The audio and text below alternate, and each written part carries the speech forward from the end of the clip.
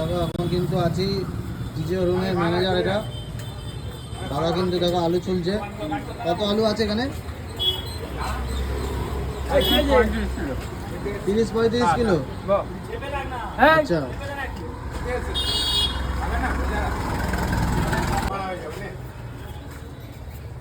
তো তুমি এখানে ডিজে অরুণের সাথে কতদিন ধরে আছো?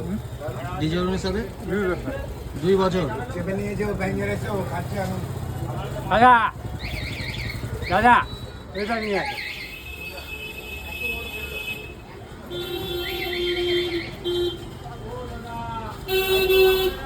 তো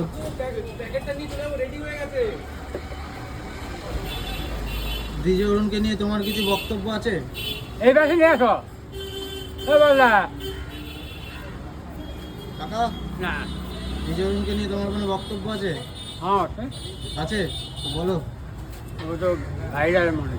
ভাইরাল মানুষ তো তোমাকে ঠিকঠাক ইয়ে করে? হ্যাঁ ট্রিটমেন্ট বলো, ট্রিটমেন্ট মাইনে হিসাবে বলো, সব ইস্তেমে বলো।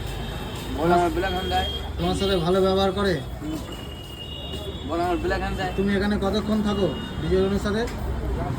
দাদা তো বেশি সময় থাকে না, কিন্তু আমি 5:30 6টা পর্যন্ত থাকি।